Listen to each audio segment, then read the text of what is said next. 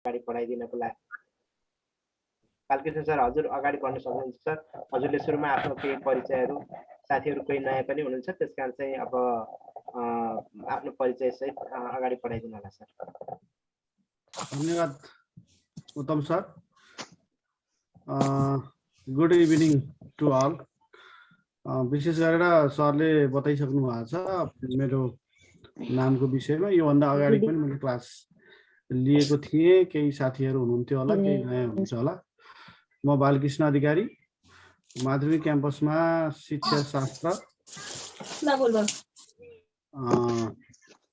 शिक्षाको परिचय, पाठ्यक्रम तथा मूल्याङ्कन र शिक्षा मनोविज्ञान विषय केही वर्षदेखि पढाउँदैछु। अहिले हालसाल चाहिँ मैले त्यहाँ शिक्षाको परिचय र पाठ्यक्रम तथा मूल्याङ्कन विषय पढाउँदैछु। र योभन्दा अगाडिको खण्डमा मैले यो बाल विकास र सिकाइसँग सम्बन्धित यो लाइसेन्सको तयारीमा हुनुभएका साथीहरूलाई र आएको तयारीमा हुनुभएका साथीहरूलाई सिकाइका सिद्धान्तहरूको बारेमा केही क्लासहरू लिएको थिएँ। र बिहान मात्रै आज हाम्रो कलेजमा उत्तम सरसँग भेट हुँदाखेरि 1-2 दिनको क्लास लिन सक्नुहुन्छ भन्ने हिसाबमा केही सामग्री, म सिकाइको सिद्धान्तको बारेमा मसँग पहिलेकै सामग्री छ होला, हुन्छ भन्ने कुरा गरेको थिएँ। त्यही अनुसार सरले खबर गर्नुभयो र त्यो म क्लास लिन गइरहेको छु। यहाँ मैले प्रस्तुतिकरण गरेका कुराहरूमा केही कन्फ्युजन भयो भने यहाँले प्रश्न राख्न सक्नुहुनेछ। मूलतः यो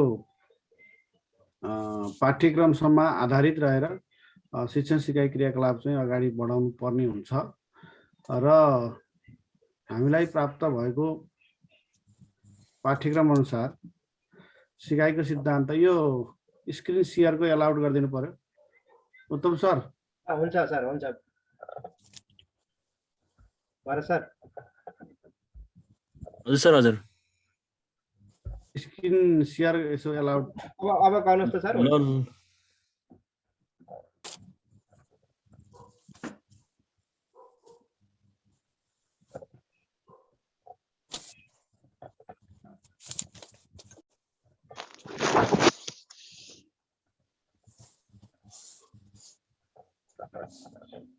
अगाडि साथीहरूले त्यो तपाईहरु चाहिँ त्यहाँ बोल्दै गर्दाखेरि अलिकति म्युट अनम्युट गर्ने क्रम अलिकति गर्नुहोला। सरले पढाउँदै गर्दा अलिकति त्यहाँ तपाईहरु अनम्युटमा नबस्नु होला। मैले यो भन्दा अगाडिको खण्डमा सिकाइ र सिकाइमा प्रभाव पार्ने तत्त्वहरूको क्लास लिइसकेको छु। त्यसको सामग्री पनि मैले तयार गरेको सामग्रीहरू पठाइदिएको थिएँ। त्यहाँ भरत सरले तपाईहरुलाई फरवार्ड गर्नुभएकै होला। विशेष गरेर सिकाइ र प्रभाव पार्ने तत्त्वहरूको विषयवस्तुहरू हामीले पढिसके पछाडि त्योसँग सम्बन्धित अर्को एकाइ थियो सिकाइको प्रक्रिया वा सिकाइका सिद्धान्तहरू। यसमा चाहिँ खास गरी 2टा सिकाइ सिद्धान्तलाई यसले फोकस गरेको छ। हुन त यहाँ सब युनिटमा सिकाइका सिद्धान्तहरू भनेको छ।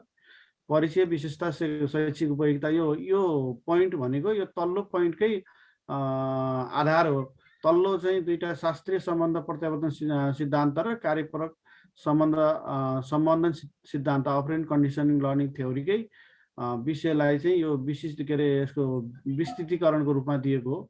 विशेष गरेर यसमा चाहिँ हामीले जम्मा 2टा सिकाइ सिद्धान्तको बारेमा अध्ययन गर्नुपर्ने रहेछ। त्यसमा पनि सिकाइ सिद्धान्तको परिचय, त्यसको विशेषता र शैक्षिक उपयोगिता।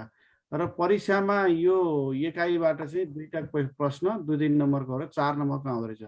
धेरै सम्भावना र थोरै विषयवस्तुबाट चाहिँ बढी नम्बर प्राप्त हुने भएको कारणले तपाईहरुले असाध्यै ध्यान दिएर असाध्यै चाहिँ सूक्ष्म तरिकाले यो विषयवस्तुलाई बुझेर पढ्नुभयो भने यो 2टा क्वेशन कन्फर्म मिलाउन सक्नुहुन्छ।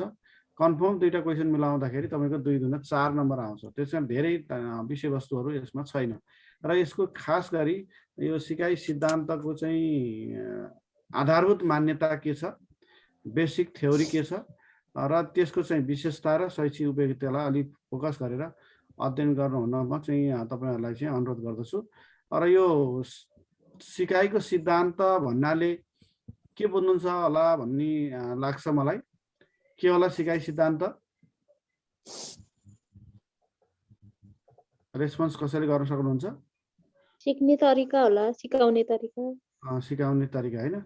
शिक्षणका सन्दर्भमा अथवा सिकाइका सन्दर्भमा विभिन्न मनोवैज्ञानिकहरूले विभिन्न किसिमका अध्ययन अनुसन्धान गरेर कसरी सिकाउँदा चाहिँ उपयुक्त हुन्छ हैन, कस्तो किसिमको नियम सिकाइमा लागू हुन्छ अथवा सिकाइको प्रक्रिया के हुन सक्छ, सिस्टम के हुन सक्छ भन्ने सम्बन्धमा खोज अनुसन्धान प्रयोग परीक्षण गरेर केही त्यस्ता सिकाइका चाहिँ सिद्धान्तहरू प्रतिपादन भएका छन्।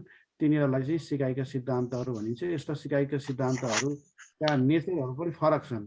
कतिपय सिकाइका सिद्धान्तहरू चाहिँ व्यवहारवादी सिकाइ सिद्धान्तहरू छन्, कतिपय चाहिँ संज्ञानवादी सिकाइ सिद्धान्तहरू छन्। व्यवहारवादी सिकाइ सिद्धान्तहरूले विशेष गरेर सिकाइको प्रक्रियालाई चाहिँ यान्त्रिक प्रक्रियाको रूपमा अथवा जति हामी अभ्यास गर्छौँ अथवा जति वातावरणीय अवस्थालाई चाहिँ हामी अनुकूल बनाउँछौँ त्यति नै सिकाइ हुन सक्छ। सिकाइ भनेको पूर्णतया वातावरणमा डिपेन्ड गर्छ भन्ने किसिमको मान्यता बोक्ने एक किसिमका सिकाइ सिद्धान्तहरू छन् भने अर्को सिकाइ सिद्धान्त भनेको चाहिँ मानिसको सुझबुझमा आधारित हो, मानसिक अभ्यास हो। जति किसिमको चाहिँ मानसिक अभ्यास गर्छौँ व्यक्तिको चाहिँ उमेर अनुसार उसको चाहिँ क्षमता अनुसार मानसिक अभ्यासको अवसर दियौँ भने, चिन्तन गर्न लगायौँ, तर्क गर्न लगायौँ भने मान्छेले चाहिँ सिक्न सक्छ भन्ने खालका संज्ञानवादी सिकाइ सिद्धान्तहरू छन्।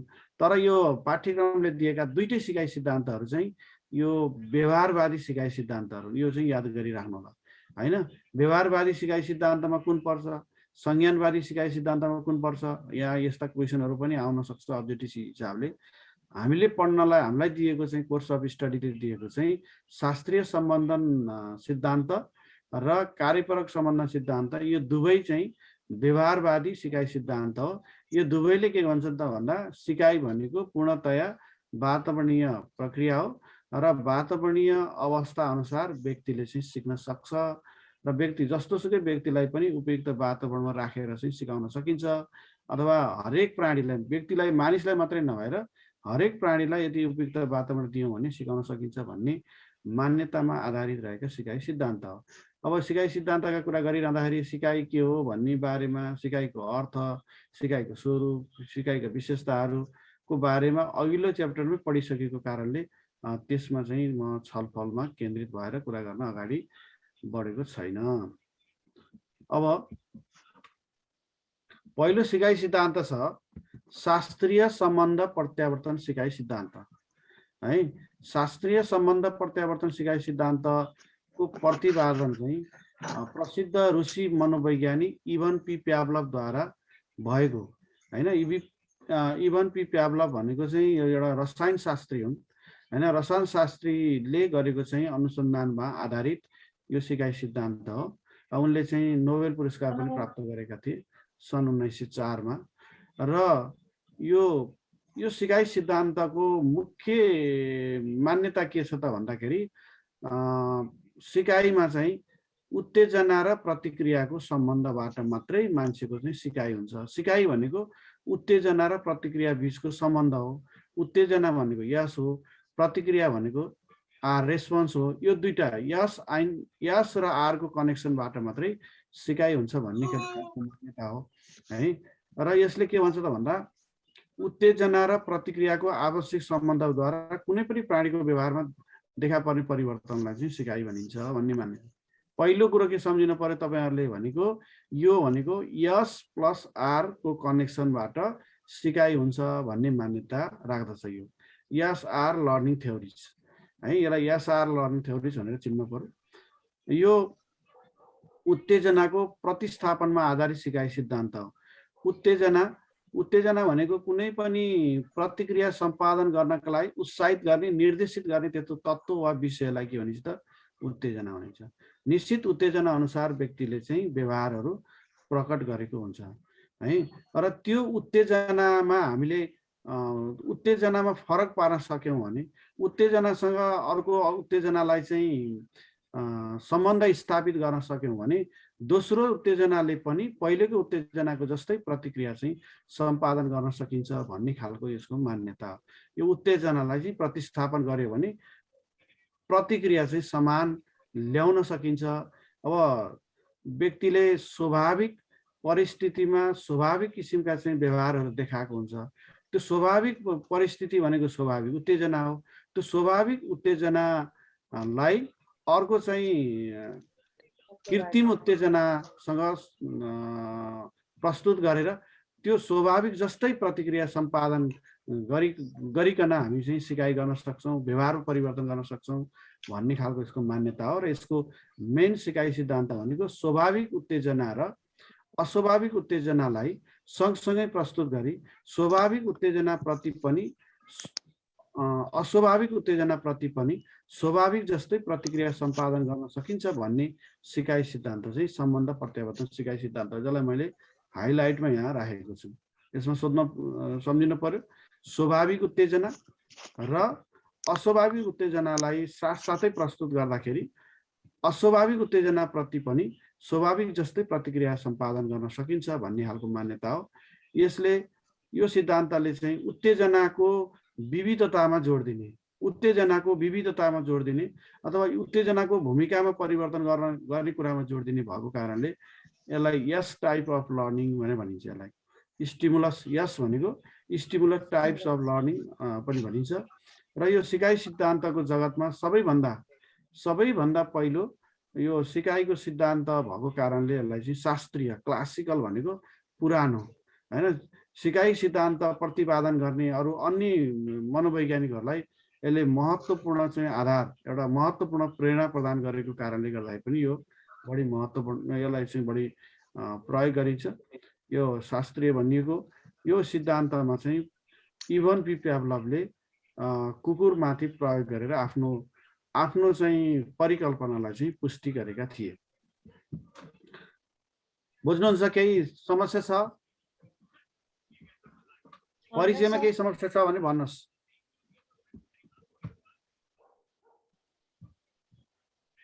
ठीक छ सर, ठिकै छ। अब यसमा चाहिँ इभन पी प्याभलभले यो सिकाइ सिद्धान्त प्रतिपादन गर्ने क्रममा चाहिँ एउटा कुकुरमाथि प्रयोग गरेका थिए। उनले एउटा चाहिँ ल्याबमा कुकुरलाई उसको चाहिँ घाँटीमा सर्जिकल अपरेसन गरेर त्यो स्यालिभरी ग्ल्यान्डमा एउटा पाइप फिट गरेका थिए। अनि त्यो पाइप लगेर उनले कहाँ राखेका छन् त भन्दाखेरि एउटा चाहिँ मिजरिङ भएको चाहिँ एउटा बिकरमा उनले लगेर राखेका छन्, त्यो पाइपले जोडेका छन्। अनि त्यसपछि गएर कुकुरलाई चाहिँ नियन्त्रित वातावरणमा राखेका छन्। अब यस्तो किसिमबाट चाहिँ प्रबन्ध गरेर उनले चाहिँ प्रयोग गरेर अनि उनले चाहिँ प्रयोगमा के गरे त भन्दाखेरि कुकुरलाई असाध्यै मनपर्ने खानेकुरा चाहिँ मासु खाना दिए। अनि त्यसपछि गएर अब यो सम्बन्ध प्रत्यावर्तन सिकाइको चाहिँ अनुसन्धानको क्रममा उनले के गरे त भन्दा कुकुरले स्वाभाविक रूपमा चाहिँ उत्तेजित हुने खानेकुराको स्वाद पाइरहेको चाखिरहेको कुरा भनेको मासु भयो। मासु देखेपछि उसलाई चाहिँ त्यो खाना प्राप्त गर्नका लागि चाहना बढ्ने रियाल आउने कुरा चाहिँ के हो त भन्दाखेरि स्वाभाविक प्रतिक्रिया हो। यसमा चाहिँ खानेकुरा मासु चाहिँ स्वाभाविक उत्तेजना हो। त्यो मासु देख्दाखेरि कुकुरले रियाल काट्नु चाहिँ स्वाभाविक प्रतिक्रिया हो। र यो अवस्थालाई उनले चाहिँ नापे। मासु देखाउँदाखेरि अथवा मासु देख्दाखेरि कुकुरले कति रियाल काट्छ, कति मात्रा छ भन्नेलाई याद गरेर राखे, मिजरिङलाई टिपेर राखे। त्यसपछि अर्को पटकदेखि उनले हरेक दिन उनले के गरे त भन्दा त्यो मासु दिनुभन्दा अगाडि घन्टी बजाउन थाले। र घन्टी र मासुको चाहिँ समय असाध्यै कम राखेर पहिला घन्टी बजाउने त्यसपछि मासु दिने एवं रीतिले धेरै पटकसँग अभ्यास गर्दै रहे। त्यो अभ्यास गर्दाखेरि पनि कुकुरले पहिलाको जति रियाल काट्थ्यो त्यही मात्रामा रियाल काट्ने गर्यो। र अनि केही समयको चाहिँ अभ्यास पछाडि केही दिनको अभ्यास पछाडि उनले के गरे त भन्दा घन्टी मात्रै बजाए। र घन्टी मात्रै बजाउँदाखेरि पहिला कुकुरले जति रियाल काट्थ्यो मासु देख्दाखेरि जति रियाल काट्थ्यो त्यति नै मात्रा रियाल काट्न चाहिँ सफल भयो। अनि त्यसले गर्दाखेरि उनले के भने यो सम्बन्ध प्रत्यावर्तनको प्राप्ति भनेर परिभाषित गरे। भनेको यहाँ यो मासुको भूमिका चाहिँ घन्टीले चाहिँ प्रतिस्थापन गर्यो। मासु भनेको चाहिँ स्वाभाविक उत्तेजना थियो, घन्टी भनेको चाहिँ अस्वाभाविक उत्तेजना थियो, रियाल काट्नु भनेको चाहिँ स्वाभाविक प्रतिक्रिया थियो हैन। मासु देखेर रियाल काट्नु स्वाभाविक उत्तेजना र स्वाभाविक प्रतिक्रिया थियो भने घन्टी मात्रै बजाउँदाखेरि रियाल काट्नु भनेको अस्वाभाविक उत्तेजना र अस्वाभाविक प्रतिक्रिया थियो र यसलाई चाहिँ सम्बन्ध प्रत्यावर्तनको प्राप्ति। यसरी उत्तेजनालाई अन्य उत्तेजनासँग सम्बन्ध स्थापित गरेर पनि व्यक्तिमा चाहिँ परिवर्तन गर्न सकिन्छ, प्राणीमा परिवर्तन गर्न सकिन्छ भन्ने कुराको उनको निष्कर्ष रह्यो। र धेरै पटक उनले फेरि घन्टी मात्रै बजाए, कुकुरले रियाल काट्दै गयो अनि एवं रीतले घन्टी चाहिँ कम गर्दै गर्दै लगे, के अरे घन्टी बजाउँदै गए, रियाल कम कम हुँदै हुँदै हुँदै गएर अन्त्यमा घन्टी मात्रै बजाउँदाखेरि रियाल काट्न छोड्यो होइन। अनि त्यस पछाडि यसलाई के भने सम्बन्ध प्रत्यावर्तनको विच्छेदन। एक किसिमको सम्बन्ध प्रत्यावर्तन भइसकेको कुरालाई पनि फेरि हटाउन पनि सकिन्छ भन्ने खालको मान्यताको चाहिँ उनको विकास भयो। अनि अर्को फेरि के गरे त भन्दा केही दिन पछाडि केही दिनको पछाडि चाहिँ केही विश्राम लिएर केही दिन पछाडि फेरि घन्टी मात्रै बजाउँदाखेरि कुकुरले फेरि रियाल काट्यो। यसले के गरेको त भन्दा कुकुरले पहिलाको सिकाइलाई चाहिँ यसमा चाहिँ मेमोरीमा रह्यो भन्ने खालकोले आधारमा उनले चाहिँ स्पोन्टेनियस रिकभरी भनेर पनि यसलाई परिभाषित गरे। यो चाहिँ उनको प्रयोग थियो होइन। यो प्रयोगको समरी यहाँ हामी पनि हेर्न सक्छौँ। सर यो प्रत्यावर्तनको खास अर्थ चाहिँ के हो? सम्बन्ध एउटाको सम्बन्ध अर्कोले चाहिँ त्यसलाई चाहिँ हटाउने भन्नु खोज्नु नि। प्रत्यावर्तन भनेको एउटाको भूमिकालाई अर्कोले चाहिँ लिने खालको अभ्यासलाई चाहिँ प्रत्यावर्तन। जस्तो त्यो मासुको भूमिका छ नि, मासु देख्दा रियाल आउनु, मासु भनेको चाहिँ स्वाभाविक उत्तेजना भयो। त्यो स्वाभाविक उत्तेजनाको जुन भूमिका छ त्यो घन्टीले चाहिँ प्रतिस्थापन गरे, प्रतिस्थापन गर्ने भन्नु खोजेको थियो।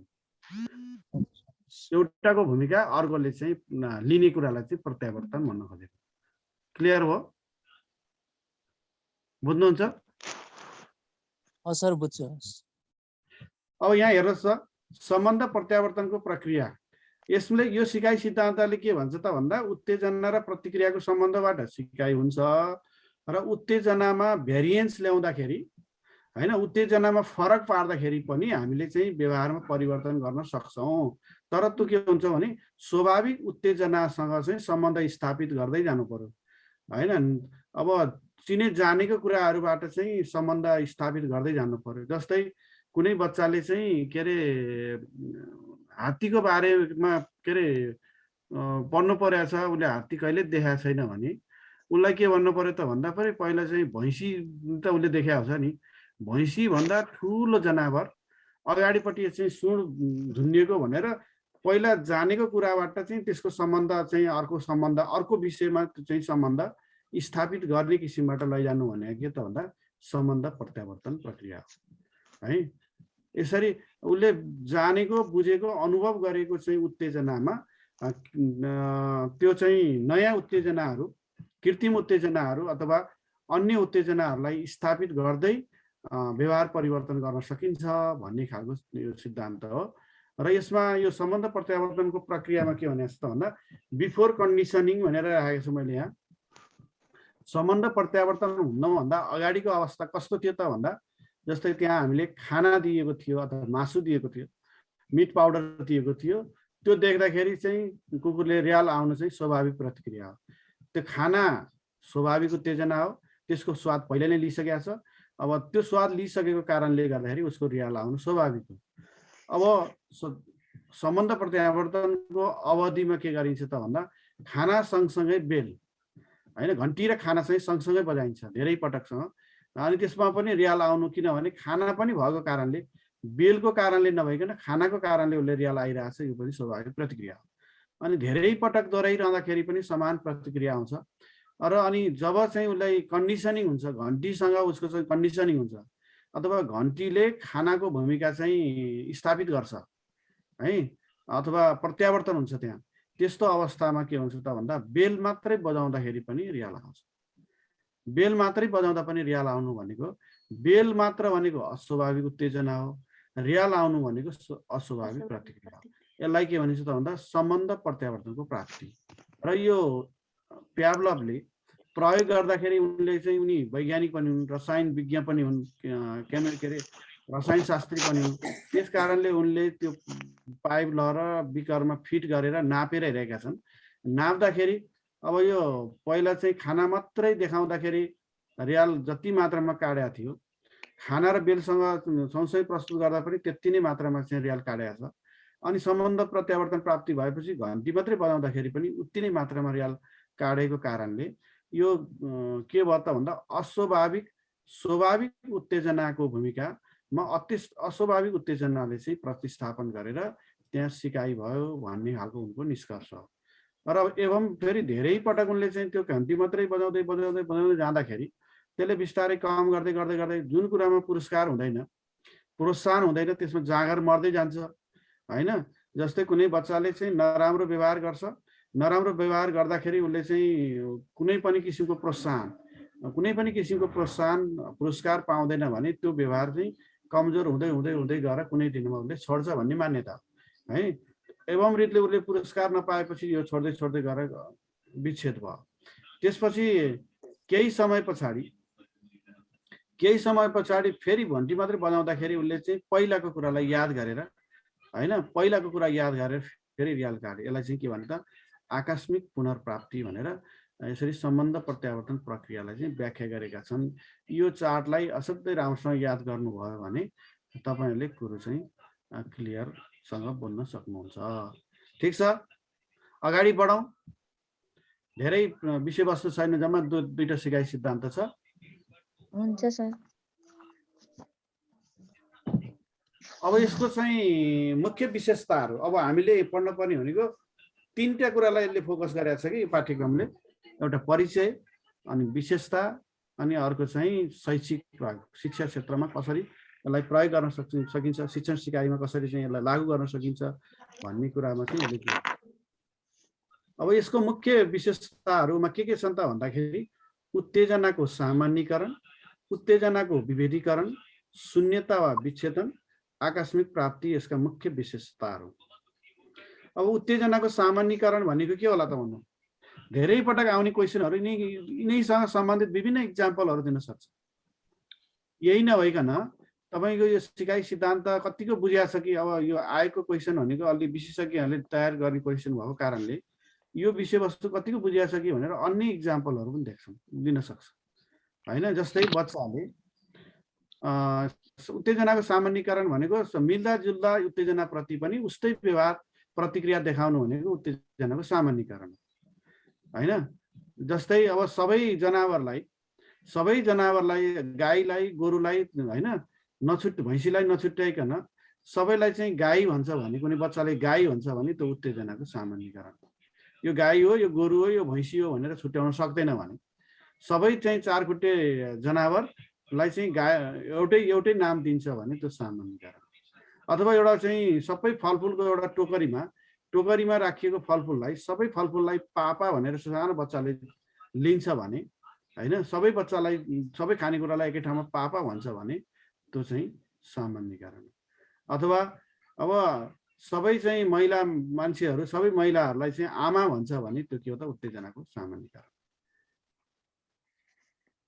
भने। अब उत्तेजनाको विभेद, अब यसमा के भयो त उत्तेजना सामान्यीकरणमा जस्तो घन्टी जुन बजाइएको थियो घन्टी, त्यो घन्टीमा मात्रै नभएर अरू घन्टी बज्दाखेरि पनि त्यो चाहिँ कुकुरले चाहिँ रियाल काट्दियो भने त्यो उत्तेजनाको सामान्यीकरण। थालको चाहिँ आवाज दिँदाखेरि घन्टीको आवाज नभइकन कुनै भाँडो अथवा थाल बजाएको आवाज दिँदाखेरि पनि उसले रियाल काट्छ भने त्यो के हो त उत्तेजनाको सामान्यीकरण। बुझ्नुहुन्छ यो? बुझ्नुहुन्न? भन्नुहोस् त, यस्तै आउन सक्छ यो हैन? फेरि भन्नु न, त्यो मिल्दा जुल्दा भनेर भन्नुभएको थियो नि। मिल्दा जुल्दा उत्तेजनाहरू प्रति पनि समान प्रतिक्रिया देखाउनुलाई चाहिँ उत्तेजनाको सामान्यीकरण। मिल्दा जुल्दा जस्तै स्कुलमा चाहिँ बज्ने घन्टी र अरू घन्टी चाहिँ फरक हुन्छ।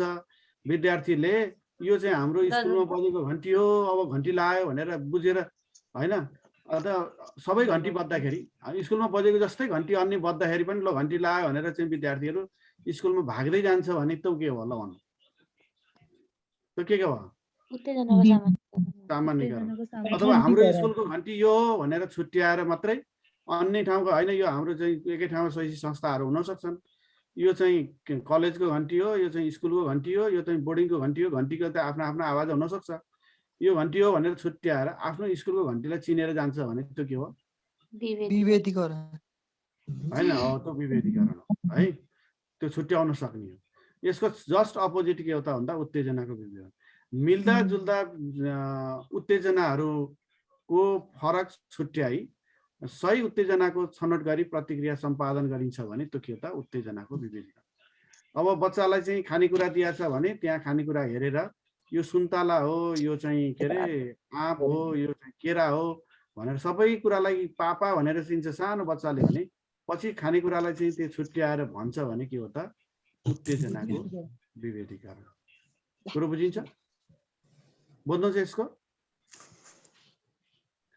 मिल्दाजुल्दा उत्तेजनाहरूमा रहेका फरकलाई छुट्याएर विभेदलाई छुट्याएर छनौट गरी प्रतिक्रिया सम्पादन गर्छ भने त्यसलाई उत्तेजनाको विभेदीकरण भनिन्छ अब यहाँ चाहिँ कुकुरलाई चाहिँ त्यो प्र्याक्टिस गराउँदाखेरि त्यो चाहिँ बजाइएको घन्टी र अन्य घन्टीहरूको बिचमा फरक छुट्याएर त्यो खाना सँगसँगै बजाइएको घन्टीमा मात्रै उसले चाहिँ रियाल काट्छ भने के हो त भन्दा उत्तेजनाको विभेदीकरण अब अर्को चाहिँ शून्यता अथवा विच्छेदन भनेको शून्यता भनेको के त भन्दाखेरि एकपटक सम्बन्ध स्थापित भइसकेपछि एकपटक सम्बन्ध प्रत्यावर्तन भइसकेपछि बारम्बार प्रयोग गर्दै जाँदाखेरि त्यहाँ चाहिँ पुनर्बल भन्छ पुनर्बल अथवा पुरस्कार बिना चाहिँ लगातार त्यो उत्तेजना प्रस्तुत गर्दै जाँदाखेरि कहिलेकाहीँ के हुन्छ त भन्दा व्यक्तिले प्रतिक्रिया दिन चाहिँ छाड्छ त्यो प्रतिक्रिया दिन छाडेको अवस्थालाई के भनिन्छ त भन्दा विच्छेदन जस्तै बच्चाले कुनै पुरस्कार अथवा कुनै केहीको लागि उसले चाहिँ अभ्यास गरेको छ हैन चकलेट पाउँछु अथवा केही पाउँछु भनेर लगातार अभ्यास गरेको छ तर त्यो हामीले दिन छोड्यौं भने उसको जाँगर मर्दै मर्दै मर्दै गएर त्यो काम गर्न छोड्छ भने त्यो के हो त भन्दा शून्यता अथवा विच्छेदन जस्तो अब यही प्रयोगमा चाहिँ के भयो त एकपल्ट सम्बन्ध प्रत्यावर्तन गरी भइसकेपछि लगातार घन्टी बजाइरहँदाखेरि बिस्तारै उसले चाहिँ जुन चाहिँ स्यालिभेसन प्रोसेसलाई कम गर्दै गर्दै गर्दै गएर अन्त्यमा चाहिँ घन्टीमा चाहिँ स्यालिभेसन नगर्ने नो स्यालिभाको स्थिति देखियो त्यो के हो त भन्दा विच्छेदन अब यो आकस्मिक प्राप्ति अथवा यसलाई पुनर्प्राप्ति स्पोन्टेनियस रिकभरी पनि भनिन्छ र केही समय एकपल्ट चाहिँ सम्बन्ध विच्छेद भइसकेको अवस्थामा पनि केही समय पछाडि पुनः चाहिँ त्यो उत्तेजना प्रस्तुत गर्दा पनि प्रतिक्रिया सम्पादन हुन्छ भने आकस्मिक पुनर्प्राप्ति भनेर यसरी शास्त्रीय सम्बन्ध प्रत्यावर्तन सिकाइ सिद्धान्तले चाहिँ मुख्य 4 विशेषताहरूलाई चाहिँ फोकस गरेको छ यसमा केही कन्फ्युजन छ भने ल भन्नुस् है त यो आकस्मिक प्राप्तिको चाहिँ भन्नु त छोटो एकपटक सम्बन्ध प्राप्ति भइसकेपछि लगातार उत्तेजना मात्रै प्रस्तुत गरियो हैन अस्वाभाविक उत्तेजना मात्रै प्रस्तुत गरियो त्यहाँ कुनै पनि किसिमको पुनर्बल प्रयोग गरिएन हैन त्यहाँ कुनै पनि पुरस्कारको प्रयोग गरिएन भने त्यो कम हुँदै हुँदै हुँदै गएर त्यो पहिलाको सिकाइ चाहिँ के हुन्छ त भन्दाखेरि विच्छेद हुन्छ पहिलाको सिकाइ चाहिँ विच्छेद हुन्छ शून्यता भयो तर केही समय ग्याप पछाडि जस्तै कुकुरले एकपल्ट चाहिँ विच्छेदन भइसकेपछि 3-4 दिन 5 दिन पछाडि फेरि त्यही पहिलाको चाहिँ उत्तेजना दिँदाखेरि पनि फेरि पहिला जस्तै प्रतिक्रिया सम्पादन गर्छ भने त्यो के हो त भन्दा आकस्मिक प्राप्ति केही समय पछाडि हैन विच्छेदन भएको केही समय पछाडि फेरि अस्वाभाविक उत्तेजना प्रस्तुत गर्दा पनि त्यो प्रतिक्रिया स्वाभाविक जस्तै प्रतिक्रिया सम्पादन गर्छ अथवा पहिलाको सिकाइलाई निरन्तरता दिन्छ भने आकस्मिक पुनर्प्राप्ति जस्तै कुनै मान्छेले रक्सी खाने बानी ह्याबिट छ विभिन्न कारणले ल अब म रक्सी खान्न भन्यो कि विभिन्न चाहिँ उलाई त्यस्तै खालको चाहिँ स्टिमुलस दिएर चाहिँ उलाई छुटाइयो रक्सी छोड्यो हैन रक्सी छोड्छ केही समय रक्सी छोड्छ अनि त्यसपछि केही दिन पछाडि फेरि उसले चाहिँ त्यो खाम लाएर खाइदिन्छ नि त्यो चाहिँ आकस्मिक पुनर्प्राप्ति भयो त्यो स्पोन्टेनियस हजुर यो भन्दा पहिलाको स्लाइड देखाइदिनु न एकचोटी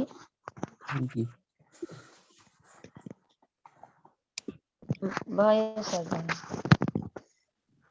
हुन्छ भयो सर यसमा समस्या केही छ अब यस पछाडि हेर्नुस् त अब हामीले तीनटा कुरालाई चाहिँ यो सिकाइ सिद्धान्तले फोकस गरेर चाहिँ के ल सम्झिनुहोस् त। एउटा परिचय, अनि अर्को के फोकस गरेर छ अरे हामीले? विशेषता, परिचय, विशेषता र शिक्षण क्षेत्रमा प्रयोग। यो तीनटा मध्ये एउटा आउने भयो। ल तपाईलाई यो तीनटा कुराहरू मध्ये एउटा आउने भयो। यो तीनटा कुरा मध्ये एउटा आउने भयो। ल यहाँबाट यो परिचय भयो हैन, यो प्रयोगसम्मका कुराहरू हैन, अनि त्यसपछि गएर यो विशेषता र शिक्षण क्षेत्रमा प्रयोग, यो मध्ये तीनटा मध्येबाट एउटा आउँछ। ठ्याक्कै यही रूपमा नआइकन पनि यो तपाईले कतिको बुझ्नु भएको छ भन्ने किसिमबाट, व्यवहारिक किसिमबाट विशेषज्ञहरूले अन्य किसिमका चाहिँ विषयवस्तुलाई मिलाएर चाहिँ तपाईको लेभल अनुसारको क्वेसन निकाल्छ। त्यहाँ नलेज लेभलको पनि हुन सक्छ, कम्प्रिहेन्सन लेभलको पनि हुन सक्छ, एनालाइसिस लेभलको पनि हुन सक्छ, इभ्यालुएसन लेभलको पनि हुन सक्छ। क्वेसनहरू भनेको अब्जेक्टिभ क्वेसन देख्दाखेरि हामीले सजिलो चिन्ह लाउने क्वेसन हो, टिक मार्क हो भनेर भन्छन्, तर त्यो क्वेसन चाहिँ एकदमै स्तरीय क्वेसन हुन्छन्। त्यसमा नलेज पनि छ, कम्प्रिहेन्सन पनि छ, एनालाइसिस एकदमै त्यो क्वेसन अनुसारको एन्सरलाई एनालाइसिस गरेर मात्रै पत्ता लगाउने खालको कुराहरू पनि छन्, इभ्यालुएसन टाइपको पनि हुन्छ। त्यसरी क्वेसन विशेषज्ञहरूले व्यापक किसिमको चाहिँ वर्कसप गरेर छलफल गरेर तयार गरेका क्वेसनहरू हुन्छन्।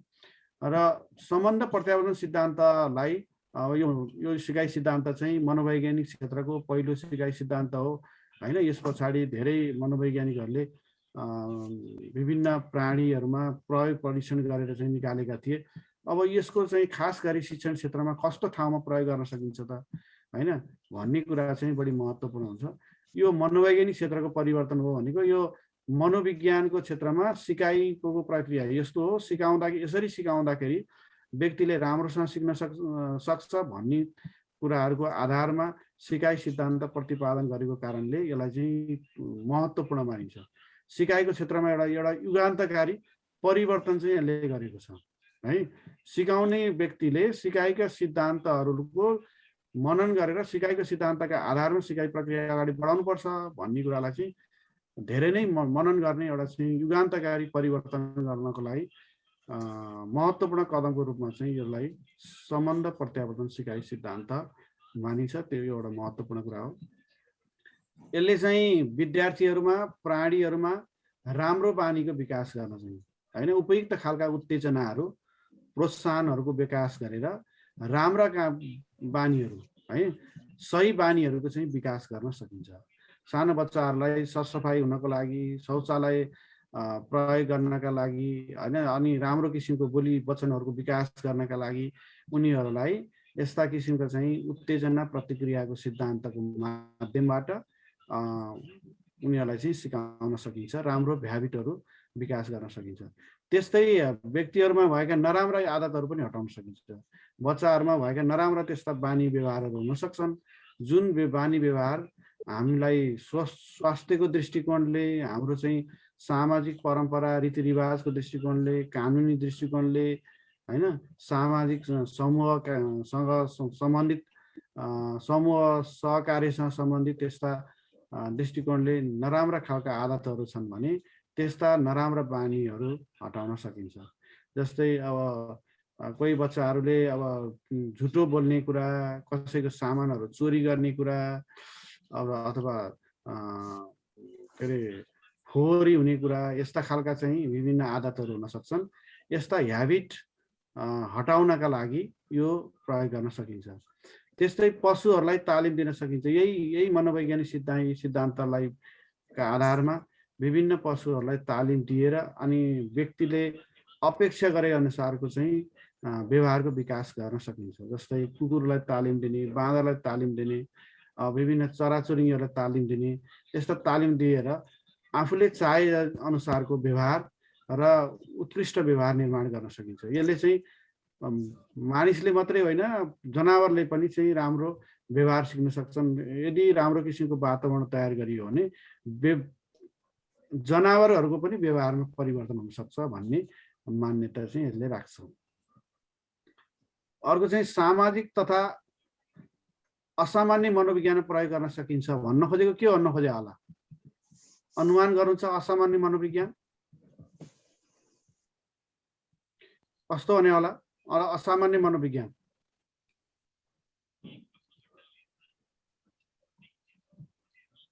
असामान्य मनोविज्ञान भन्नाले नसुहाउने हजुर असामान्य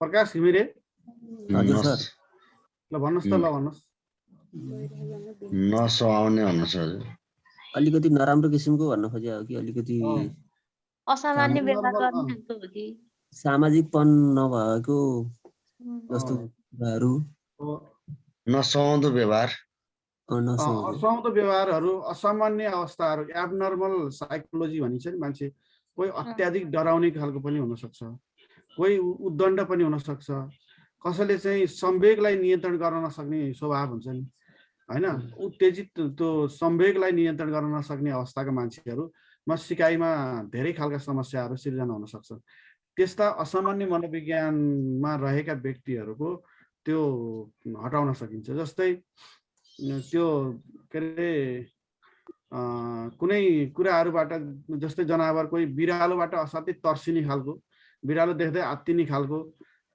त्यस्ता खालका स्वभावका व्यक्तिहरू छन् भने तिनीहरूलाई चाहिँ यस्ता किसिमका चाहिँ तरिकाहरूबाट बिस्तारै बिस्तारै जस्तै बिरालोबाट तर्सिने खालको मान्छे छ भने बिरालो जस्तै खालका खेलाउना ल्याउने अथवा उसको साथमा खेलाउने अनि बिस्तारै रियल बिरालो अलि टाढा ल्याउने नजिक ल्याउने यसरी एवं रीतिले त्यस्तो अभ्यास गर्दै गर्दै जाँदा अन्य अभ्यास गर्दै जाँदाखेरि उसमा चाहिँ त्यो खालको फियर चाहिँ हटाउन सकिन्छ है यस्ता मनोवैज्ञानिक खालका समस्या भएका व्यक्तिहरू मनोवैज्ञानिक समस्या हुने व्यक्तिहरूमा पनि भ्रम हो धेरै जसो मानसिक जुन रोगीहरू मान्छेहरू हुन्छन् उनीहरूमा भ्रम सिर्जना भइरहन्छ एउटा मान्छेले गलल्ल हाँस्यो भने नि मेरै कुरा काटेर हाँस्या हो जस्तो अलि पल्तिरबाट आएको मान्छे चाहिँ मसँगै दुश्मनी गर्न आएको हो भन्ने जस्तो त्यस्तो खालको भ्रमहरू मान्छेमा हुन्छन् त्यस्ता किसिमका भ्रमहरूको समाधान गर्नका लागि यस्ता खालका चाहिँ सिकाइ सिद्धान्तका आधारमा सामग्रीहरू प्रयोग गरेर उनीहरूलाई प्रिय लाग्ने उपयुक्त लाग्ने त्यस्ता विषयवस्तुहरूसँग सम्बन्ध स्थापित गरेर है उनीहरूलाई उपयुक्त लाग्ने भाषा उपयुक्त लाग्ने व्यक्ति उपयुक्त लाग्ने चाहिँ समयका आधारमा त्यस्ता असामान्य मनोविज्ञानमा रहेका व्यक्तिहरूलाई पनि ठिक गर्न सकिन्छ संवेगात्मक प्रतिक्रियाहरू सिकाउन भनेको राम्रा कुराहरूलाई मन पराउने नराम्रा कुराहरूप्रति घृणा जागृत गर्ने कुराहरू गर्नुपर्छ सिकाउनु भने त्यो होइन सिकाउनु भनेको सकारात्मक प्रवृत्तिको विकास गर्ने हो होइन राम्रा कुराहरूलाई चाहिँ मन पार्ने कुराहरू त्यसलाई संरक्षण गर्ने कुराहरू नराम्रा कुराहरू अनुचित कुराहरूलाई चाहिँ बाट चाहिँ घृणा जाग्ने कुराहरू गराउनको लागि पनि व्यक्तिमा चाहिँ यो शिक्षण सिकाइ सिद्धान्त उपयोगी हुन्छ अर्को चाहिँ यो शाब्दिक समायोजन भनेको एसोसिएसन भर्बल एसोसिएसन गर्नको लागि जस्तो चाहिँ हामीले अक्षरहरू सिकाउँछौँ जस्तै क सिकाउँछौँ अथवा क होइन कलम समातबाट चाहिँ हामी कलम देखाएर अनि कलममा चाहिँ यो क यो ल यो म हो भनेर चाहिँ सिकाउने कुराहरूमा विभिन्न सामग्री देखाएर त्यो अक्षर सिकाउँछौँ भने शाब्दिक समायोजन हो हामीलाई त्यही यो क हो भनेर सिकाएको आधारमा हामीले क भनेका छौँ त्यो हाम्रो चाहिँ शाब्दिक समायोजन हो शाब्दिक सहचर्य एसोसिएट हो त्यो क हामीले लेख्ने क र त्यो आवाजसँग एसोसिएट भएर हामीले क अक्षर प्रयोग गरिरहेका छौँ हामीलाई त्यसलाई अर्कै खालको चाहिँ अक्षरसँग एसोसिएसन गरेको भए अर्कै हुन सक्थ्यो त्यस कारणले यो शाब्दिक समायोजन गर्न अथवा शाब्दिक सहचारी कायम गर्नका लागि पनि यो सम्बन्ध प्रत्यावर्तन सिद्धान्त चाहिँ उपयुक्त छ होइन यो विशेष गरेर तल्लो तहका विद्यार्थीहरूलाई यस्ता खालका विषयवस्तुहरू सिकाउँदाखेरि विभिन्न खालका त्यस्ता चाहिँ स्वाभाविक उत्तेजना स्वाभाविक परिस्थिति अथवा पहिचान भएका वस्तुसँग पहिचान नभएका वस्तुहरू जोड्दै सिकाउँदै अगाडि बढाउन सकिन्छ भन्ने खालको मान्यता चाहिँ यसले विकास गरेको छ ल यति नै हो यसको चाहिँ ठिक छ बुझ्नुहुन्छ कि बुझ्नुहुन्न स्क्रिन पठाइदिनु देखाउनु न सर यो उद्दीपक भनेको उत्तेजना होइन उद्दीपक उत्तेजना एउटै शब्दहरू है इङ्ग्लिसमा भन्दाखेरि चाहिँ स्टिमुलेन्ट्स भनिन्छ नेपालीहरूमा चाहिँ अब त्यो किताब अनुसार राइटर अनुसार कसैले उद्दीपक लेखेको छ, कहीँ उत्तेजना राखेको छ, एउटै हो।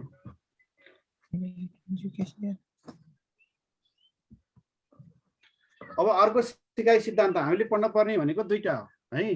एउटाको चाहिँ तीनटा, परिचय, विशेषता र शिक्षणमा प्रयोग, त्यो तीनटा कुरा याद गर्नुहोस्। अर्को पनि ठ्याक्कै तीनटा कुरामा याद गर्नुहोस्। यो शास्त्रीय सम्बन्ध प्रत्यावर्तनबाट एउटा क्वेसन आउने रहेछ ठ्याक्कै। यो चाहिँ क्रियापरक सम्बन्ध प्रत्यावर्तन सिकाइ सिद्धान्तबाट एउटा क्वेसन आउँदो रहेछ है। यो एउटा एउटा गर्दा दुईटा क्वेसनको 4 नम्बर आउँदो रहेछ। क्रियापरक र कार्यपरक एउटै हो नि। क्रियापरक, कार्यपरक, व्यवहारपरक पनि लेखेको छ कहीँ कहीँ यसलाई व्यवहारपरक सम्बन्ध प्रत्यावर्तन सिकाइ सिद्धान्त पनि भनिन्छ। अङ्ग्रेजीमा भन्दाखेरि चाहिँ अफरेन्ट कन्डिसनिङ लर्निङ थ्योरी हो, एउटै हुन्छ। अब नेपालीमा चाहिँ त्यो विद्वानहरूले अब आफ्नो आफ्नो चाहिँ अनुभवको आधारमा त्यसलाई चाहिँ ट्रान्सलेट गर्दाखेरि फरक फरक किसिमको शब्दहरू प्रयोग गरिएको पाइन्छ। यो क्रियापरक सम्बन्ध प्रत्यावर्तन सिकाइ सिद्धान्त चाहिँ यो क्लासिकल कन्डिसनिङ लर्निङ थ्योरिजमा रहेका केही आलोचनाहरू, मनोवैज्ञानिकहरूले अब सिकाइ सिद्धान्त निकालिसकेपछि त्यसमा भएका केही त्यस्ता राम्रा नराम्रा कमजोरी कुराहरू होइन। अब शास्त्रीय सम्बन्ध प्रत्यावर्तन सिकाइ सिद्धान्तले पहिले नै पुरस्कार दिएको छ नि। फर्स्टमै पुरस्कार दिएर चाहिँ सुरुवात गर्ने भन्ने खालको, पुरस्कार देखाएर व्यवहार विकास गर्ने भन्ने कुरा चाहिँ सबै ठाउँ परिस्थितिमा चाहिँ लागू हुन सक्दैन। यसमा धेरै कमजोरी छ भन्ने कुरालाई महसुस गरेर आलोचना भए पछाडि त्यसलाई नै सुधार गरेर निकालेको सिकाइ सिद्धान्तको रूपमा चाहिँ यसलाई क्रियापरक सम्बन्ध प्रत्यावर्तन सिकाइ सिद्धान्त मानिन्छ। यो सिकाइ सिद्धान्त चाहिँ अमेरिकी व्यवहारवादी, मैले अघि नै भनेको छु, व्यवहारवादी र संज्ञानवादी दुई किसिमको सिकाइ सिद्धान्तहरू हुन्छन्। अब व्यवहारवादीले चाहिँ वातावरणीय प्रक्रियाको रूपमा सिकाइलाई बढी जोड दिन्छन्, संज्ञानवादीहरूले चाहिँ मानसिक प्रक्रियाको रूपमा चाहिँ जोड दिन्छन्। अब हामीले पढ्ने हाम्रो पाठ्यक्रमले चाहिँ व्यवहारवादी सिकाइ सिद्धान्तलाई नै फोकस गरेको छ, किनभने तल्लो कक्षाको विद्यार्थीहरूलाई बढी वातावरणीय कुराहरूलाई चाहिँ बढी महत्त्व दिनुपर्ने भएको कारणले यी दुईटा सिकाइ सिद्धान्तलाई चाहिँ बढी मात्रामा राखिएको। अब यो बीएफ स्किनरद्वारा प्रतिपादित यो सिकाइ सिद्धान्त हो, यसलाई क्रियापरक सम्बन्ध सिद्धान्त भनिन्छ। यसले उत्तेजना भन्दा पनि प्रतिक्रियालाई बढी जोड दिन्छ। व्यक्तिले वातावरणमा सहजै प्राप्त गर्ने चाहिँ उत्तेजना हुन्छन्, धेरै उत्तेजनाहरू हुन्छन्। ती उत्तेजनाप्रति प्राणीले धेरै किसिमको व्यवहारहरू गर्छन्।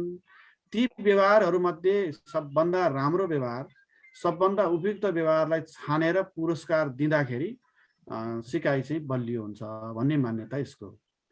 स्वाभाविक रूपमा मान्छेले वातावरणमा प्राप्त आफ्नो चाहिँ अनुभवले पाएका उत्तेजनाप्रति गरेका प्रतिक्रियाहरूमध्ये सही प्रतिक्रियालाई छनौट गरेर त्यसलाई पुरस्कृत गरिन्छ। त्यसकारणले यो प्रतिक्रियामा जोड दिने सिकाइ सिद्धान्त भएको कारणले यसलाई आर टाइप अफ सिकाइ सिद्धान्त भनिएको हो।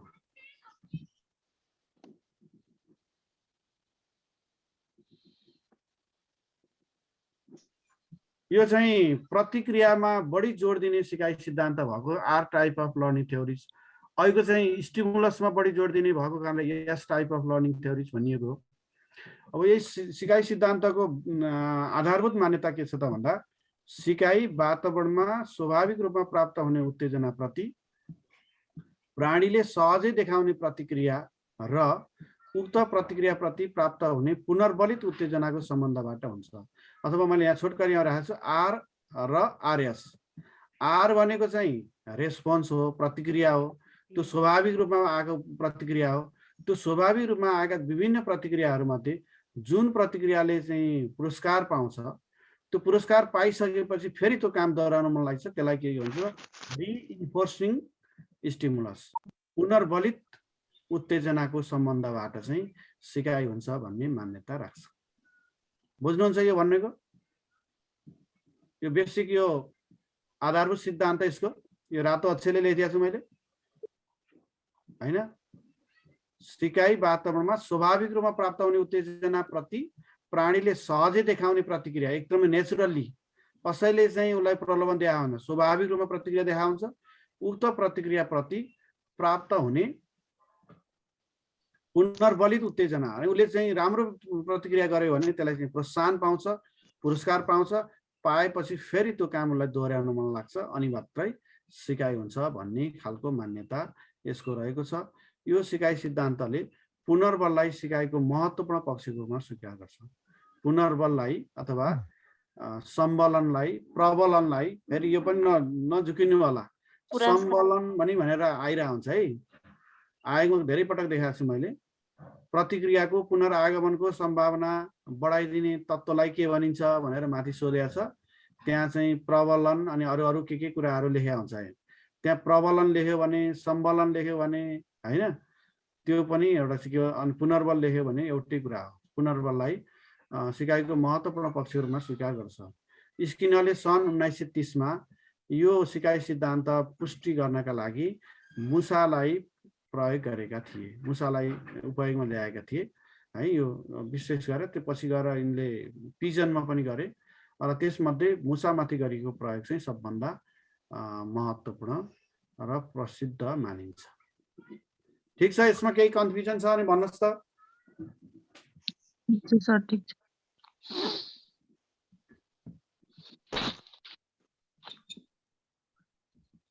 ल यसको एक्सपेरिमेन्टमा चाहिँ के छ त भन्दाखेरि बीएफ स्किनरले एउटा परीक्षणको लागि एउटा बक्स बनाएका छन् जसको नाम स्किनर बक्स भनेर नामाकरण गरिएको छ। त्यो बक्स भित्र चाहिँ विभिन्न त्यहाँ चाहिँ भागहरू जडान गरिएको छ।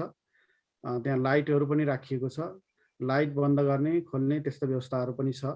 अनि त्यहाँ एउटा यस्तो किसिमको चाहिँ भाग छ जुनमा लिभर राखिएको छ। त्यो लिभर थिचेपछि मुसा बाहिर आउन सक्छ र बाहिर आएपछि त्यसले आफूले मनपर्ने खानेकुरा चाहिँ प्राप्त गर्न सक्छ।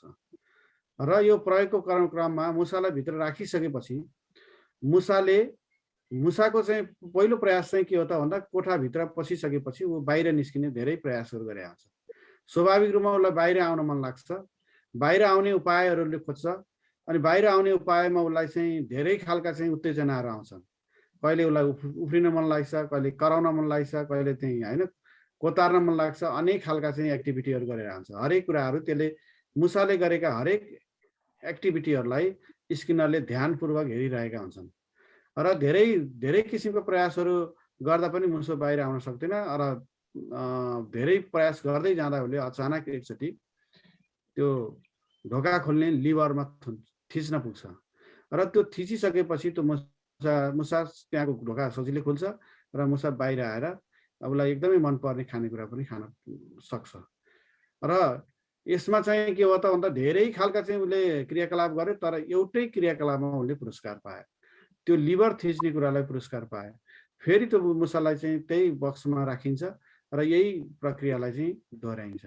दोहोऱ्याउँदै गर्दाखेरि उसले के गर्छ त भन्दा जुन जुन प्रतिक्रिया गर्दाखेरि उसले प्रोत्साहन पाएन, पुरस्कार पाएन, ती कुराहरूमा छोड्दै जान्छ र अनि उसको चाहिँ गलत क्रियाकलापहरू कम हुँदै जान्छ र अन्त्यमा उसले भित्र राख्ने बित्तिकै लिभर थिच्ने, बाहिर आउने, खानेकुरा प्राप्त गर्न सक्ने किसिमको चाहिँ क्षमता प्राप्त गर्छ अथवा सिकाइ हुन्छ। यसले के देखाउन खोजेको त भन्दा यहाँ धेरै रेस्पोन्सहरू गरे पहिले, ती रेस्पोन्सहरूमा पुरस्कार पाएन। जुन एउटा रेस्पोन्स जुन लिभर थिच्यो त्यो रेस्पोन्समा उसले चाहिँ के भयो, पुरस्कार पायो। त्यो रेस्पोन्सले पाएको पुरस्कारले के गर्यो त भन्दा फेरि पनि त्यही लिभर थिच्ने कुरालाई उसलाई उत्तेजित बनायो, उत्तेजनाको काम गर्यो, आरएसको काम गर्यो। यहाँ खानेकुराले के गर्यो त आरएसको काम गर्यो, जसले गर्दाखेरि त्यही व्यवहार दोहोऱ्याउँदै गर्दाखेरि के हो त भन्दा उसको बिहेभियर सेपिङ अथवा उसको व्यवहार निर्माण भयो। बक्सभित्र जाने बित्तिकै लिभर थिच्ने, बाहिर निस्किने उसको एउटा चाहिँ आदतै निर्माण भयो। र यसरी स्किनरले के भने त भन्दा कुनै पनि प्राणीलाई स्वाभाविक रूपमा प्राप्त हुने उत्तेजनाप्रति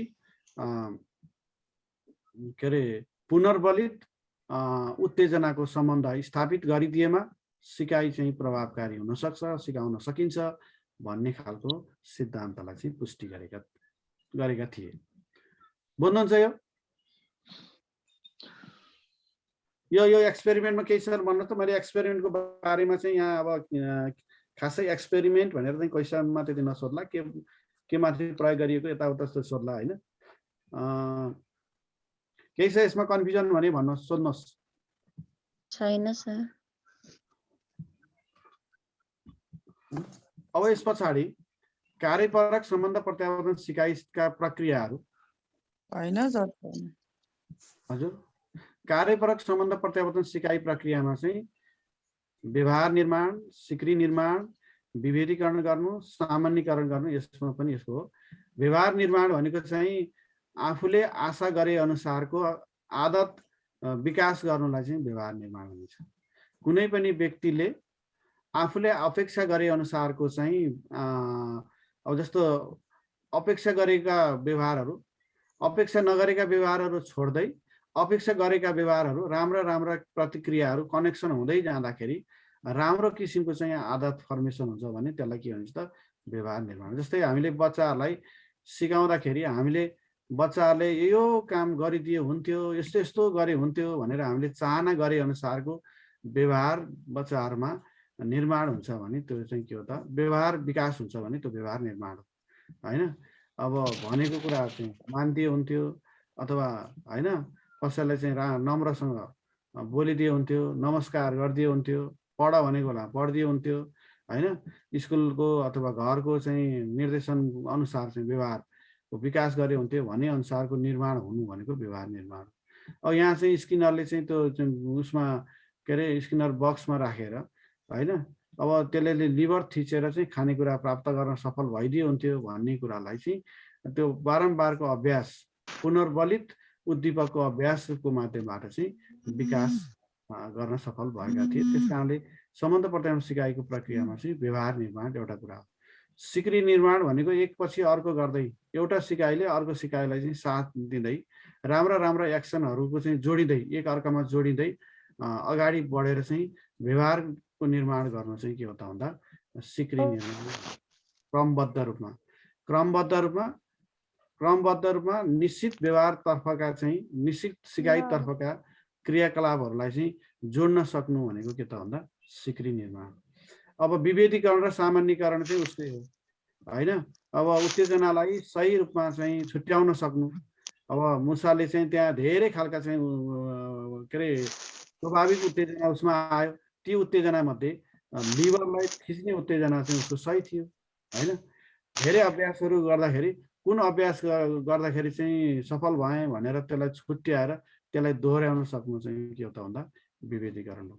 अब यो सामान्यीकरणको लागि चाहिँ के भन्छ मिल्दाजुल्दा चाहिँ व्यवहार गर्नु कुरा चाहिँ अथवा एक ठाउँ र परिस्थितिमा सिकेको कुरालाई अर्को ठाउँमा लागू गर्ने कुराहरू पनि यसलाई सामान्यीकरणको रूपमा लिन सकिन्छ। एक ठाउँमा सिकेका कुरा, जानेका कुरालाई अर्को ठाउँ परिस्थितिमा पनि त्यसलाई चाहिँ प्रयोगमा ल्याउन सक्नु, घरमा सिकेका कुरालाई स्कुलमा लागू गर्नु, स्कुलमा सिकेका कुरालाई घरमा लागू गर्नु अथवा ती कुराहरूलाई चाहिँ सामान्यीकरणको रूपमा लिन सकिन्छ। यिनीहरूको चाहिँ प्रक्रिया यही हो।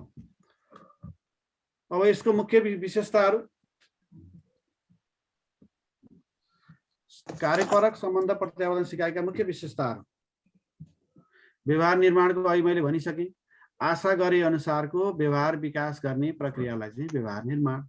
विद्यार्थीहरूलाई निश्चित आशा गरेका बानी व्यवहारहरू हुन्छन्, त्यो बानी व्यवहार उपयुक्त सिकाइ वातावरण क्रियाकलापको माध्यमबाट विकास गर्न सकिन्छ भने त्यसको के हो त व्यवहार निर्माण है। यसले यो सिकाइ सिद्धान्त चाहिँ आदत, व्यवहार निर्माणलाई आदत निर्माण पनि भन्न सकिन्छ। ह्याबिट फर्मेसन गर्नको लागि राम्रा सकारात्मक अनुकूल त्यस्ता किसिमका चाहिँ आदतहरू निर्माण गर्नका लागि केन्द्रित हुने खालको सिकाइ सिद्धान्त चाहिँ यो कार्यपरक सम्बन्ध प्रत्यावर्तन सिकाइ। र कार्यपरक सम्बन्ध प्रत्यावर्तन सिकाइ सिद्धान्त भनेको चाहिँ आर टाइप अफ लर्निङ हो र आर टाइप अफ लर्निङमा सबभन्दा महत्त्वपूर्ण भूमिका चाहिँ पुनर्बल। पुनर्बल बिना हैन, पुनर्बल भन्नाले त के बुझिन्छ? पुनर्बल भन्नाले पुरस्कार, पुरस्कार, स्याबासी हैन, सिम्बोलिक पनि हुन सक्छ, भौतिक के अरे फिजिकल हैन, भौतिक पनि हुन सक्छ, अभौतिक पनि हुन सक्छ, सांकेतिक पनि हुन सक्छ। कुनै पनि प्रतिक्रिया अथवा सही प्रतिक्रियाको पुनरागमनको सम्भावना बढाइदिने तत्त्व चाहिँ के हो त पुनर्बल। सुन्नु भएको छ? फेरि एकचोटि भन्नुहोस्। कुनै पनि सही प्रतिक्रियाको पुनर्आगमनको सम्भावना बढाइदिने तत्त्व चाहिँ पुनर्बल फेरि त्यो आइरहने। अब यो पुनर्बल चाहिँ यसको मुख्य आधार हो र पुनर्बल चाहिँ ले के गर्नुपर्छ त भन्दा सिकाइमा प्रभावकारिता ल्याउनुपर्छ, सिकारुको जाँगर बढाउनुपर्छ। त्यस कारणले पुनर्बल दिनको लागि पनि एउटा निश्चित तरिका सेड्युल बनाएर है कहिले केहीका आधारमा कहिले केहीका आधारमा फरक फरक तरिकाका आधारमा फरक फरक किसिमको पुनर्बल प्रदान गरियो भने सिकारुको जाँगरलाई चाहिँ अझ अगाडि बढाउन सकिन्छ। त्यस कारणले पुनर्बलका विभिन्न किसिमको तालिकाहरू प्रयोग गर्न सकिन्छ। लगातार पुनर्बल तालिका प्रत्येक पटकको सफलतापछि उसले पुरस्कार पाइरहने खालको सेड्युल छ भने लगातार पुनर्बल जतिवटा हिसाब मिलाउँछ त्यतिवटा चाहिँ चकलेट पाउने हैन, जतिबाट चाहिँ होमवर्क गर्छ त्यतिबाट चाहिँ भेरी गुड पाउने, त्यस्तो किसिमको चाहिँ के हुन्छ लगातार पुनर्बल तालिका हरेक सफलता पछाडि पुनर्बल पाइरहने। अर्को चाहिँ निश्चित अवधि पुनर्बल तालिका भनेको निश्चित समयमा निश्चित अन्तरालमा यति दिनको मूल्याङ्कन पछाडि यस्तो खालको चाहिँ पुनर्बल दिने भन्ने खालको चाहिँ निश्चित अवधि पुनर्बल तालिका हैन। जस्तो हामीले जागिर गर्छौँ, हामीले पढाउँछौँ अथवा मैले पढाउँछु, जतिपटक मैले क्लास लिन्छु त्यति पटक चाहिँ मैले चाहिँ त्यहाँ हैन निश्चित अवधि सकिएपछि 1 हप्ता सकिएपछि मैले निश्चित रकम पाउँछु भने त्यसले के गर्छ त भन्दा त्यो कामलाई मलाई गर्नको लागि चाहिँ जाँगर बढाउने कुरा हुन्छ। निश्चित अवधिमा दिने खालका हैन, 1 महिना पढाएपछि हामीले स्यालेरी पाउँछौँ, त्यो पनि एउटा चाहिँ पुनर्बल तालिका हो। त्यसकारणले विद्यार्थीहरूलाई पुरस्कार दिँदाखेरि पनि कहिले चाहिँ हामी लगातार कुनै पनि विषयवस्तुमा लगातार पनि गर्न सक्छौँ हैन, कुनै अवस्थामा चाहिँ निश्चित अवधिमा चाहिँ पुनर्बल प्रदान पनि गर्न सक्छौँ। निश्चित अनुपातिक पुनर्बल तालिका निश्चित अनुपातमा कतिवटा चाहिँ काम गरे बापत कति दिने भन्ने गरेर अनुपातिक हिसाबले पनि हामी पुनर्बल तालिका गर्न सक्छौँ। अनिश्चित पुनर्बल तालिका भनेको अब निश्चित नगरिकन कहिले समयका आधारमा कहिले चाहिँ सङ्ख्याका आधारमा कहिले चाहिँ अनुपातका आधारमा यसरी चाहिँ फरक फरक आधारमा चाहिँ पुनर्बल दिएर विद्यार्थीलाई सिकाइतर्फ उत्प्रेरित गरिन्छ भने अनिश्चित समान्तर पुनर्बल तालिका भनेको हैन कति समयको अन्तर कहिले छिटो पनि हुन सक्छ कहिले ढिलो पनि। अनिश्चित अनुपात भनेको कहिले थोरैमा हुनुपर्छ कहिले धेरैमा पनि हुन सक्छ। आधारमा पुनर्बल प्रदान गर्न यसको विशेषता। सर यसमा क्वेशन कसरी आउँछ यो विशेषताको? अब यो तलको मध्ये चाहिँ कुन के अरे सम्बन्ध प्रत्यावर्तन सिकाइको विशेषता हो भन्ने आउला होइन भन्ने आउला हैन, अथवा निश्चित यो पुनर्बल अनि के अरे कार्यपरक सम्बन्ध प्रत्यावर्तन सिकाइको मुख्य आधार के हो भनेर आउला। यही पुनर्बलका कुरा, तालिकाका कुरा, व्यवहार निर्माणका कुरा हैन, पुनर्बलित उद्दीपकको कुरा, यिनै कुराहरूलाई जोड दिएर आउँछ। यो त अब अब्जेक्टिभ टाइपको क्वेसन आउने हो कुरो बुझ्नु नि। हजुर, पहिले प्रतिक्रिया सङ्ख्याका आधारमा पुनर्बल दिनु के हो भने प्रतिक्रिया सङ्ख्याका अनुपातमा पुनर्बल दिनु भनेको के हो त निश्चित अनुपात पुनर्बल तालिका यस्तै यस्तै कुराको आधारमा दिन सक्छ। अब यस पछाडि एउटा मात्रै छ है यो सिकाइ सिद्धान्तको क्रियापरक सम्बन्ध प्रत्यावर्तन सिकाइ सिद्धान्तको शिक्षणमा प्रयोग भन्ने छ। अब यो शिक्षण सिकाइको कस्ता क्षेत्रमा बढी मात्रामा यो चाहिँ सोधिरहेको पनि पाइन्छ यो है, कस्तो खालको चाहिँ शिक्षण सिकाइ क्रियाकलापमा यो सिकाइ सिद्धान्तलाई प्रयोग गर्न सकिन्छ, सिकाइलाई प्रभावकारी बनाउनका लागि क्रियापरक सम्बन्ध प्रत्यावर्तन सिकाइको लाई कसरी उपयोग गर्न सकिन्छ भन्ने कुरामा यसबाट चाहिँ के गर्न सकिन्छ भने विद्यार्थीहरूमा अपेक्षित व्यवहारको निर्माण गर्न भनेको छ नि, अहिले आइसक्यो आदत फर्मेसन गर्न। हामीले शिक्षकले अथवा अभिभावकले अथवा समाजले राष्ट्रले विद्यार्थीमा निश्चित अपेक्षाहरू गरेको छ, नागरिकहरूमा निश्चित अपेक्षा गरेको छ। त्यो अपेक्षा गरे अनुसारको आनी बानी व्यवहार विकास गर्ने कुराहरूमा यो पुरस्कार प्रोत्साहन प्रयोग गरेर विकास गर्न सकिन्छ भन्ने कुरा चाहिँ अपेक्षित व्यवहारको निर्माण गर्न भनेको। अपेक्षित भनेको आशा गरे अनुसारको, चाहे अनुसारको, अभिभावकले चाहे अनुसारको, शिक्षकले चाहे अनुसारको, समाजले चाहे अनुसारको उपयुक्त खालका बानी व्यवहारको विकास गर्न, अनुपयुक्त बानी व्यवहारहरू हटाउन, हैन, नराम्रो बानी व्यवहारहरू हटाउने, राम्रो बानी व्यवहारहरूलाई जोड्ने, गलत व्यवहारहरूलाई चाहिँ उपेक्षा गर्ने, राम्रो व्यवहारहरूलाई चाहिँ प्रोत्साहन गर्दै पुरस्कार दिँदै जाने हो भने भोलि चाहिँ राम्रा व्यवहारहरू चाहिँ कनेक्टिङ हुँदै जान्छ। राम्रो व्यवहारहरू कनेक्टिङ हुँदै जाँदाखेरि उसको चाहिँ के हुन्छ त भन्दा असल व्यवहारको निर्माण हुन्छ। त्यस कारणले शिक्षणमा यसको चाहिँ प्रयोग गर्न सकिन्छ भने। अर्को कुनै पनि सिकाइको एउटा चाहिँ महत्त्वपूर्ण आधार चाहिँ पुनर्बल। पुनर्बलले विद्यार्थीलाई उत्साही, जागरुक, प्रयत्नशील बनाउने मात्रै नभएर परिणामको ज्ञान पनि गर्छ। परिणामको ज्ञान पनि कुनै पनि सिकाइमा मैले कस्तो गरेँ भन्ने कुरा चाहिँ उसले पुनर्बलबाट चाहिँ प्राप्त गर्न सक्छ। त्यस कारणले कक्षा कोठाको निरन्तर सिकाइमा पुनर्बलको कसरी व्यवस्थापन गर्ने, हैन, कस्ता पुनर्बलहरू, सांकेतिक पुनर्बल पनि हुन सक्छन्, हैन, मनोवैज्ञानिक पुनर्बल हुन सक्छन्, भौतिक खालका पनि हुन सक्छन्। अब निरन्तर पनि गर्न सकिन्छ, अन्तरालमा पनि गर्न सकिन्छ। त्यो आफ्नो स्रोत, साधन, समयका आधारमा पुनर्बलको चाहिँ व्यवस्थापन गर्नका लागि यो सिकाइ सिद्धान्तले चाहिँ मद्दत गर्दछ। आवश्यकता अनुसार, विषयवस्तु अनुसार, स्रोत साधन अनुसार विभिन्न किसिमका पुनर्बलहरू र पुनर्बल तालिकाको सही प्रयोग गरेर कक्षा शिक्षणलाई व्यवस्थित गर्न सकिन्छ भन्ने कुरा हो। अर्को चाहिँ यो योजनाबद्ध शिक्षण भनेर आछ। यो भन्दा पहिला नि सुन्नु भयो होला योजनाबद्ध शिक्षण भनेको? के होला योजनाबद्ध शिक्षण भनेको? भन्नुहोस् त, के होला योजनाबद्ध शिक्षण भनेको? योजना बनाएर शिक्षण गर्ने होला। शिक्षण गर्नुभन्दा पहिले नै पूर्व योजना बनाई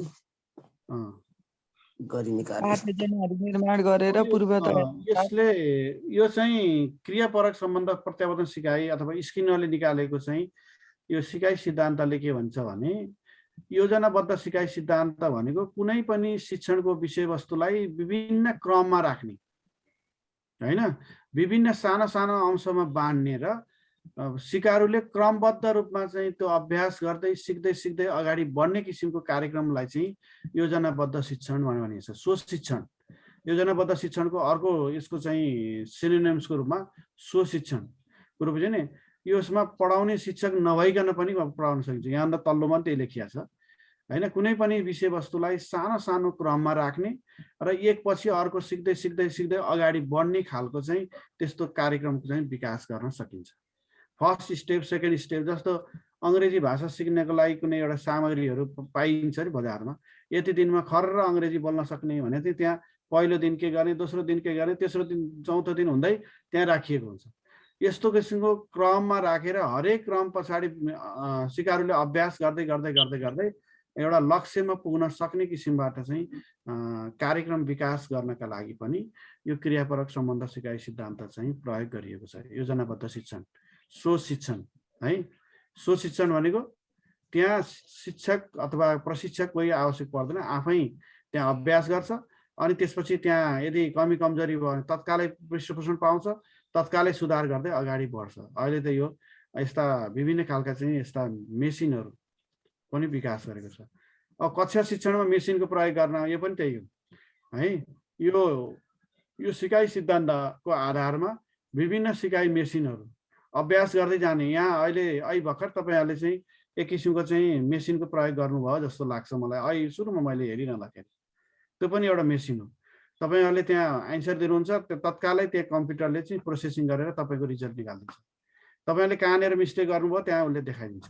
त्यस कारणले अब तपाईँले गर्नुभएको सही कामको चाहिँ तत्कालै जानकारी दिने र एक चरणको चाहिँ सफलता प्राप्त गरेपछि अर्को चरणमा जान सक्ने किसिमबाट विभिन्न यस्ता किसिमका प्याकेजहरू बनाउन सकिन्छ। त्यो प्याकेजका आधारमा सिकाइलाई अगाडि बढाउन सक्ने किसिमका कुराहरू यो सिकाइ सिद्धान्तमा आधारित भएर विकास भएका छन् है। यसमा पनि विभिन्न किसिमका चाहिँ मेसिनहरू जस्तै लिनियर एप्रोचहरू अनि अन्य खालका चाहिँ म्याथमेटिक्स मोडेलहरू, विभिन्न खालका त्यस्ता मोडेलहरू छन्। ती मोडेलहरूको चाहिँ प्रयोग गर्न सकिन्छ है। ब्रान्चिङ, लिनियर, म्याथमेटिक्स भन्ने खालका धेरै टिचिङ मेथड छन् हैन। जस्तै लिनियर अथवा लिनियर भन्छ, रेखीय एक स्टेप एउटा फ्रेम सकिएपछि दोस्रो फ्रेम तेस्रो फ्रेम चौथो फ्रेम भन्दै जाने।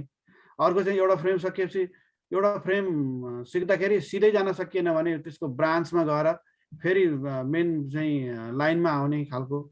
अनि म्याथमेटिकल चाहिँ अभ्यास गर्दै जाने, कुनै पनि अभ्यास गर्दै गर्दै गर्दै अनि त्यसपछि सोलुसनमा जान सक्ने त्यस्ता खालका धेरै शिक्षण नमुनाहरूको मेसिनहरूको चाहिँ विकास गरिएको छ। यो क्रियापरक सम्बन्ध पर्यावरण सिकाइ सिद्धान्तको आधारमा ती मेसिनको प्रयोग गरेर कक्षा शिक्षणलाई प्रभावकारी बनाउन सकिन्छ हैन। विद्यार्थीले आफै प्रयास गरेर सिक्न सक्ने खालको सेल्फ लर्निङ एक्टिभिटी चाहिँ बढाउन सकिन्छ। अर्को परिणाम ज्ञानका आधारमा शिक्षण गर्न तत्कालै विद्यार्थीहरूलाई इमिडिएट फिडब्याक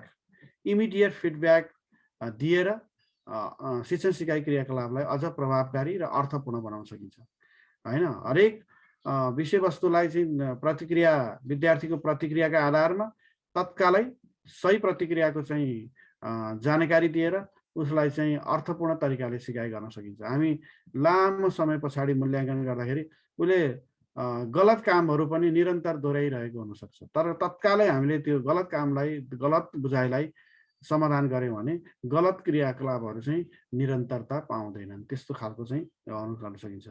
विद्यार्थीहरूमा स्वतस्फूर्त क्रियात्मक गतिविधिहरू विकास गर्न है। कुनै निर्देशनमा बाध्यात्मक अवस्थामा मात्रै विद्यार्थीहरूले प्रतिक्रिया गर्ने सिक्ने अवसर नभइकन आफै स्वाभाविक रूपमा चाहिँ विभिन्न क्रियाकलापहरू गरेर गतिविधि गरेर सिकाइमा अगाडि बढ्नका लागि मद्दत गर्न सकिन्छ। त्यस्तै यो सिकाइ सिद्धान्तलाई पनि विभिन्न यो मानिसहरूलाई मात्रै होइन विभिन्न पशुहरूलाई पनि अपेक्षा गरे अनुसारको बानी व्यवहारको विकास गर्नलाई यो प्रयोग गर्न सकिन्छ। यिनै कुराहरूलाई चाहिँ हामीले ध्यान दिनुपर्छ। ठिक छ ल, यसमा केही छ भने भन्नुहोस्। सर क्वेशन बनाउनु भएन यसको? हजुर, यस्तो क्वेशनहरु बनाएर ल्याउनु भएन? मैले क्वेशन चाहिँ बनाएन। अब त्यहाँ सरहरूले क्वेशन चाहिँ तयार गर्नुहुन्छ होला हैन। मैले चाहिँ यो थ्योरिटिकल यो कन्सेप्टको मात्रै कुराहरू गरेँ हैन। अब तपाईहरुले यो कन्सेप्ट राम्रोसँग क्लियरली बुझ्नु भयो भने क्वेशन जसरी आयो भने क्वेशनलाई पहिला क्वेशन पाउने बित्तिकै एकछिन चाहिँ तपाईले तत्कालै चाहिँ रेस्पोन्स नगरिकन अलिकति एकछिन सोचेर विचार गरेर यसको विशेष गरेर केमा आउँछ त भन्दाखेरि यसको परिचयसँग सम्बन्धित आउन सक्छ, यसको विशेषतासँग सम्बन्धित आउन सक्छ, अनि यसको चाहिँ शैक्षणिक प्रयोगसँग सम्बन्धित आउन सक्छ। त्यसलाई सोच विचार गर्नुभयो भने अवश्य पनि मिलाउनुहुन्छ हैन। हुन्छ केही छ समस्या आने ल भन्नुस् त। सर यो स्लाइड पहिलोबाट देखाइदिनु न। ल यो शास्त्रीयमा उत्तेजनापछि प्रतिक्रिया अनि क्रियापरकमा प्रतिक्रियापछि उत्तेजना हैन र सर? प्रतिक्रियापछि पुनर्बलित उत्तेजना। उत्तेजना मात्रै छैन कि त्यहाँ पुनर्बल जोडिएको उत्तेजना छ के। आरआरएस रिइन्फोर्सिङ स्टिमुलस हैन। जस्तै यहाँ चाहिँ जस्तो मासु देखिया छ नि, त्यो मासु भनेको चाहिँ उत्तेजना मात्रै हो, स्टिमुलस हो। अर्को मुसालाई प्रयोग गरिएको खाना छ नि त्यहाँ, त्यो चाहिँ उत्तेजना र पुनर्बल दुईटै जोडिएको छ, पुनर्बलित उत्तेजना छ। आर र आरएस को सम्बन्ध भनेर सम्झिनु। तपाईको बुझाइ चाहिँ ठिक छ? ठिक छ भयो?